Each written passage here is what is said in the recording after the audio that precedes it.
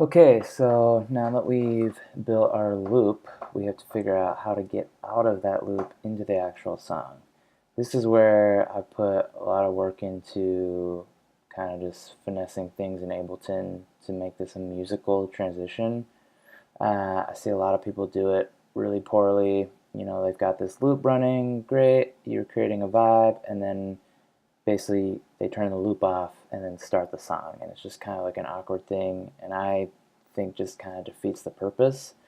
Or you know, they're running a loop and the band is playing live with it, which is usually what I want to be happening, but they aren't able to cue the full song in time, and so then it's like this awkward, like we lose a quarter note or the chord progression gets off, and it can just get really messy really quick. Um, so here's kind of how I approach that.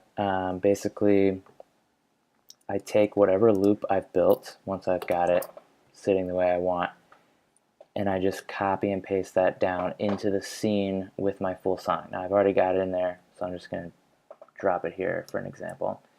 And basically then I just go in and I unloop all of these because I don't want them to keep playing over and over again once I'm in the full song. And then typically, it just depends. A lot of times I'll create some kind of automated fade out because hopefully the actual song has some kind of fade in. This is totally dependent on the song, so there's different circumstances. In this case, I actually didn't do that, and I'll kind of get into how that all worked. But so I've got that here, so this is just a replica, but now they're not looped. And so you can see, I said in the previous video that I used some effects on these, and so I did have an EQ on this first track here that was sitting about here. And so basically what I did was I just automated this to sweep up so that it just kind of opens up and creates this like swell going into the actual song. And so on your clip, instead of automating volume, you can actually automate any effect parameter. So I've got this frequency, so this just lets that sweep up. And I'll play that soloed out here.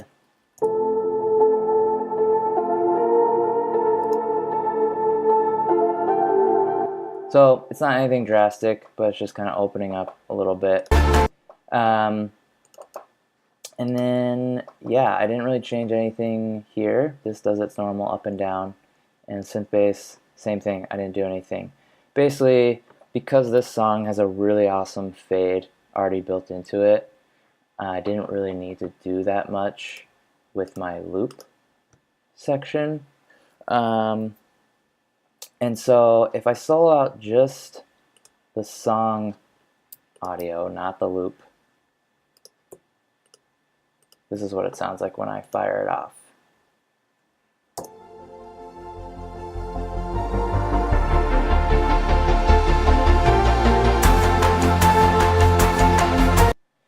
Okay, so it's just a really nice fade in. But like I was saying before, I've got this loop going, and I don't want to just fire my song and have the loop just drop out and then wait for this thing to fade in. And so that's why we have this copy of the loop here. And so basically it just goes around one more time with a cue for the band over top of it. But the nice thing is that while this loop is going, which people have already been hearing a bunch, the new stems are fading in. And so it just creates this really cool thing. So here's the whole thing when I fire the scene for the actual song. I'm going to do just the tracks for now.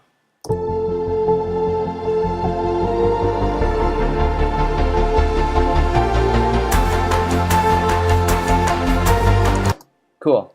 So here's kind of an example of what everything pieced together would sound like. So I hit my loop, little fade in. Okay, now we're in it. So this is just going to go around indefinitely. And now you can see I've got the next scene queued up in Ableton for the actual song. And so then basically when I'm ready to go, I just fire the next scene.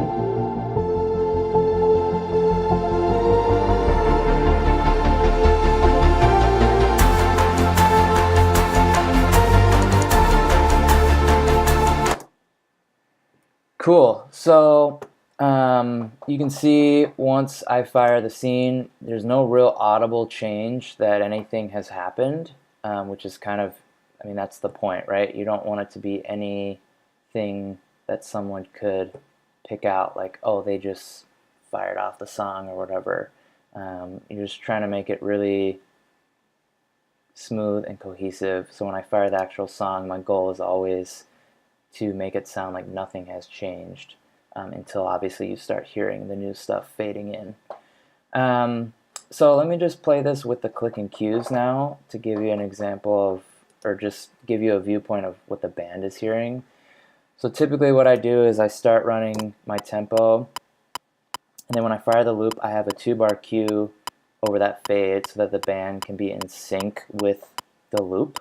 1, 2, 1, 2, 3, 4. Right, so that cue just lets everybody be on the same page and follow the progression.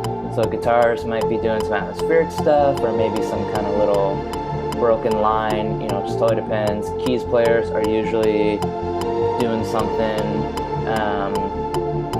And this will change, you know, if I have a keys player that maybe is covering one of these parts for the actual song, I might mute it in my loop and have them play it in place of the loop. It just totally depends on the scenario. But then when we're ready to go, fire that next scene. 1, 2, intro, 2, 3, 4.